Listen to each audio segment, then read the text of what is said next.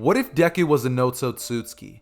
Have any of you guys ever wondered what Deku's life would be like if Deku was born into power and was simply just entitled to it straight from birth? What would happen had Deku not have been born an Earthling and instead been born with the power of the Otsutsuki? Well, you won't have to worry anymore because your boy Zether's here to drop the what if. In case you guys are hyped to see what if Deku was an Otsutsuki, make sure you guys share the video with a friend. Like it if you like it, dislike it if you don't. And that being said, we're just kind of going to get into this what if because this one is a little bit on the juicier side and I don't know if it will even make it to the 20-minute mark. I'm not really that sure. However, I'm going to try my best to make this what if as lengthy as I possibly can. That being said, let's get started.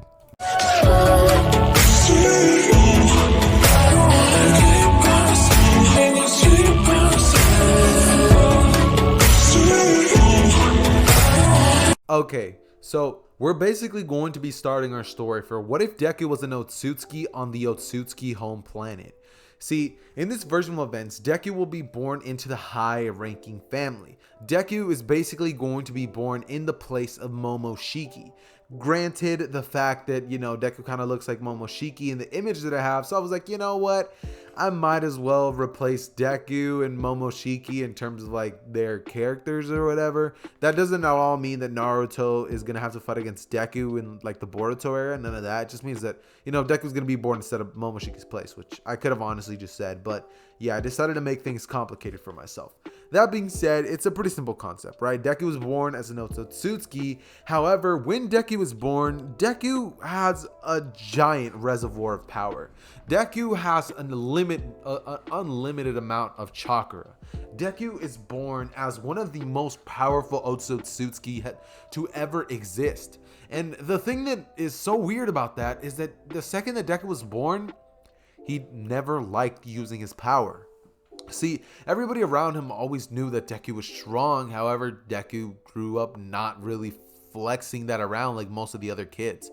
Some of the more weaker ones were always the ones who barked the loudest and barely ever did anything. And a lot of them would always go out there and conquer worlds, seeing as that's pretty much what the Otsutsuki thrive on. That being said, Deku would be at about the age of, let's say, 18 years old, right? Deku would be at about the age of 18 years old. And at this point, everybody would kind of be a little aged up in the world of My Hero Academia because in this version of events, I'm going to be saying that, some people are definitely pro heroes. Like the students from 1A, they're already pro heroes. And at this point, things like that are, well, already, actually, no. I kind of want, should Deku, this is a hard decision. I might as well do both. I'm gonna do one version in this video where I basically cover the normal version and then one version where he fights the kids that are all grown up because I might as well, So what if Deku was an Otsutsuki? I might as well give you guys some of the fire fights. Okay, so Deku would obviously be on his home planet, to which he would be assigned the mission of destroying the Earth and getting the chakra fruit from the planet itself. Deku would basically be tasked with this and immediately just not want to do it. See, as I said, Deku isn't the fighting type. Deku kinda just doesn't really believe in that weird twisted system that the Otsutsuki have where they simply have to continue devouring planets. Deku doesn't really see the purpose. They're already more than powerful enough to continue thriving without them. And the only reason they should really do it is if, let's say that was their only way of surviving, but it's not. I mean, they can literally survive off of normal food and water. So it's like, they don't even need that. But, they proceed to continue wanting to do that. And so Deku has to carry out the mission. So I'm going to be saying that about 1 week would pass and Deku would basically be told to go off. Deku would travel the cosmos for about 2 weeks. Let's say about let's give the Earth about 1 month to prepare. At this point, the UA students would be about 18 and they would basically be pro heroes. They'd be at around their seventh month of being pros, and Deku would basically arrive into normal hero society. However, when Deku arrives, things are strange. Without Deku there, nobody ever told Shoto Todoroki to use his ice. Nobody ever told Bakugo to not be a prick. Therefore, a lot of things end up changing. And yeah, that basically leads to Deku arriving there in Hero Society without Deku there to shape it, and with all the Shigaraki stuff that ends up happening in the manga. Mirio ended up becoming the successor of One for All and stopping Shigaraki, meaning he is the #1 hero. And everybody else is basically from Class 1A is a lot weaker than they would be in the original version. A lot of the people who had a lot more character development in this version will not be having that same luck that they had in the original canon. Instead, they will all basically be what they were supposed to be. Uraraka is just going to be there for the money. She's trying to help her family out financially. She became a little bit of a better hero with a couple better goals, and she starts saving people's lives, obviously. Bakugo stays a conceited person who just continued getting stronger and is just a corrupted hero. Todoroki is only doing the heroism to spite his father, and well, the rest of them who wanted to become a hero because of normal reasons ended up leaving UA due to the war arc that ends up happening later on in My Hero Academia. That being said, when Deku arrives, the world would be in a little bit of a sorry state. The top heroes of Japan, because that is where Deku ends up landing, are just corrupt. And Deku would end up basically studying the Earth's culture, just seeing whether it is or isn't worth to basically destroy this planet. However, when Deku does do this stuff, he ends up seeing nothing but all of the horrible things that this world has to offer. He sees the poverty, the hunger, the homelessness, the corrupted heroes, the idea of the fact that there's going to be a quirk singularity where their power will grow so much that they won't be able to control it. And that would cause Deku to think that maybe he needs to do this for the world. Maybe this is why he was sent here. He's a keeper of peace, and if these people manage to become powerful enough, they may someday cause some harm to the universe, more than his clan even. Deku, after realizing that, would then be like, alright, I guess I have to do what I have to do. As Deku would basically proceed to start flying around and taking down heroes by the minute.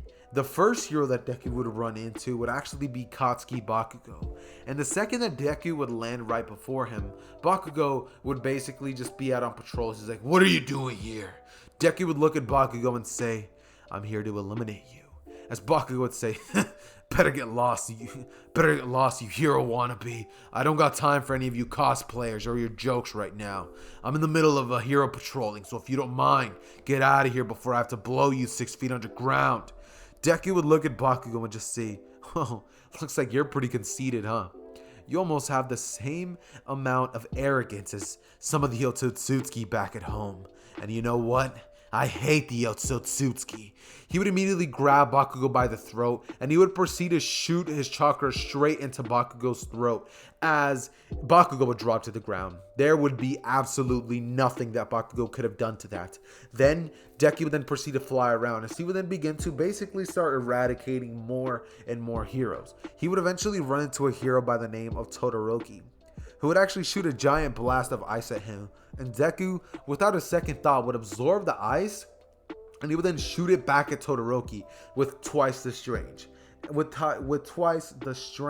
Because I'm going to be saying that in this version of events, the reason that people have quirks is because, I don't know, the chakra was a thing before, and quirks just evolved into single powers instead of multiple, so it basically became the weaker version of chakra.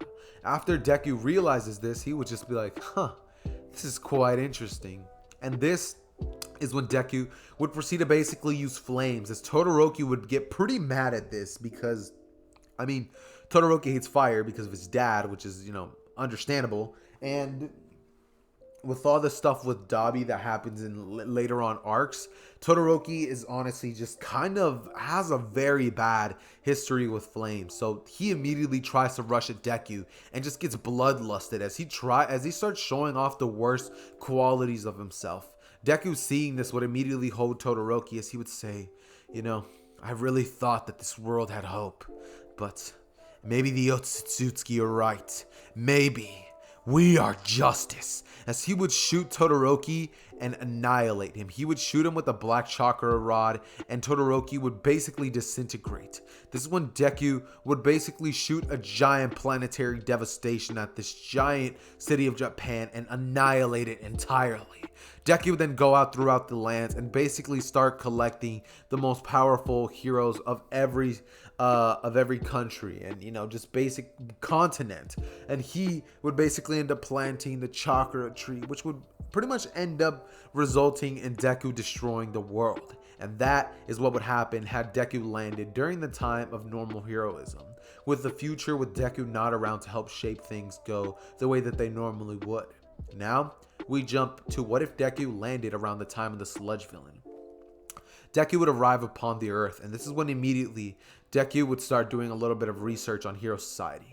Deku would find out about a man by the name of All Might, the #1 hero of Japan, the symbol of hope and peace. And immediately upon seeing him, Deku would fly over to All Might's location, wanting to have a little bit of a chat with All Might because Deku just wants to see what this man is like. What is the planet like? What are quirks like? Deku would land in front of All Might after basically doing a little bit of research on where he can be, and he would land in front of All Might's agency. Immediately upon seeing a man that just flew down and landed looking like a total badass superhero, All Might would immediately go outside and be like, who are you?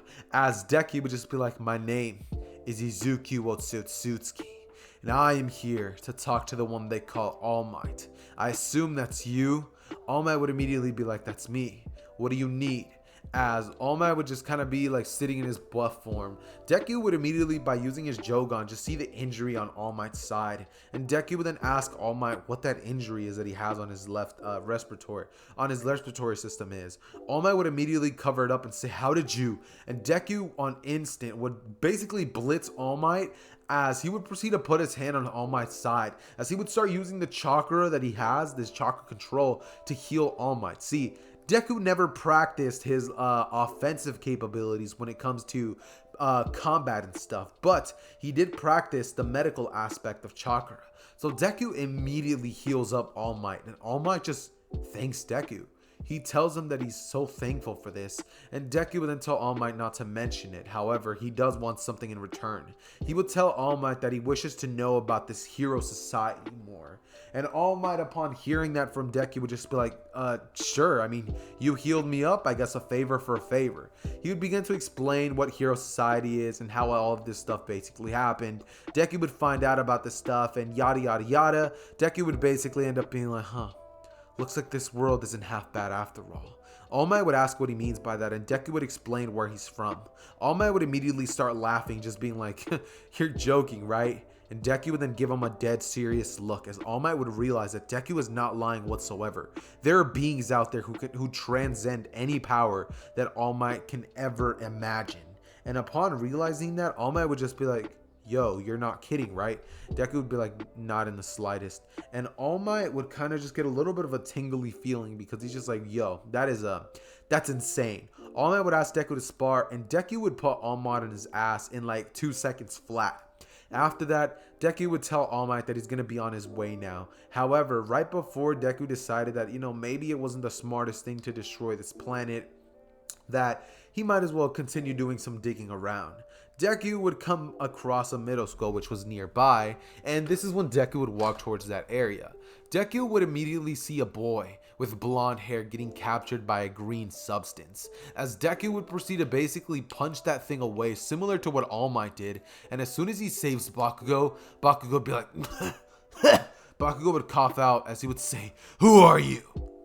Deku would look at him and say, oh, no need to mention it, I just saved you real quick. Bakugo would say, I didn't need your saving.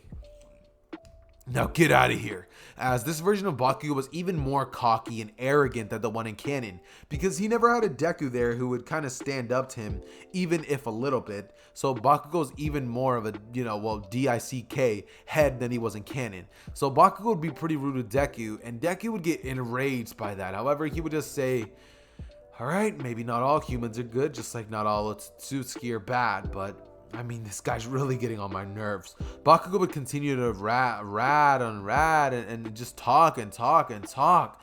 And Deku would get so tired of Bakugo's constant nagging that he would quite literally turn Bakugo into a chakra fruit and just eliminate him off rip. He just pretty much gets rid of the problem at its core. And yeah, Bakugo's done for, to say the least. Bakugo is not coming back from any of that stuff. And Deku ends up doing pretty good things afterwards. Deku just basically continues to explore, and he would see a lot of good. However, he would also see a lot of bad. He would find out about the villain side of things and how corrupt some parts of hero society is. That would basically lead to Deku deciding that he's going to be the savior of this world and trying to become a hero. However, he would end up getting caught by All Might, and All Might would explain to Deku that he needs to become a pro hero to do the saving. So Deku would go into UA Academy, and this is when the events of My Hero would pretty much unfold. Deku would end up slapping everybody in the quirk exam. Deku would end up folding everybody in the Heroes vs. Villains because he literally fought against All Might in the entire class. And then as for Shigaraki's stuff, yeah bro, Deku catches him on first try. All For One basically tries to teleport Shigaraki out of that situation. However, when Deku senses even the slightest hint of malicious nearby him, Deku uses a chakra rod and gets rid of All For One at its root. As Deku disintegrates that man, he would then proceed to basically go through all the events like the USJ and stuff like that, and Deku would end up becoming the #1 hero of not Japan but the world. Deku has such speed that he could be at different parts of the world whenever he wishes it. Whenever he pleases, Deku can go to America. He can go to the opposite direction of America, which is like, like the furthest place you can go from America, he can get there basically. And that's basically what happens if Deku was to become an Otsutsuki. It is a one-shot what if, so keep in mind that this was going to be pretty fast anyways. And if Deku was an Otsutsuki and he basically went through the events of My Hero, he would basically just be a juggernaut who can never ever be stopped. And it would just kind of just be filled with nothing but funny scenes. Oh, by the way, in case you guys are wondering what the ship would be if Deku went with a good path, the ship would be, let's see, I think Uraraka, because she has a kind nature with a bubbly personality. So I'm going to go with Uraraka for this what if in specific. Some of you guys are probably going to be turned off by that, but it's my what if, so I can pick it. That being said though, guys, that is basically where we're going to be wrapping off today's video. If you like the video and you like my content in general, Izukage, then you might as well go ahead and hit that like button and subscribe, as well as, leave a comment down below. Let me know what you thought. Do you guys want me to maybe potentially make a different version of this that goes a lot more in depth, or would you guys just be happy with this? Because I mean, we're about to hit 20k very soon, and so I'm going to be starting to have to fix all of my attention to, well, my what if Zether was in Naruto, I believe is what I'm gonna do for 20k. I'm not sure yet, but something along those lines. That being said though, guys, it has been your boy Zether. I love each and every single one of you guys, and I am out. Peace.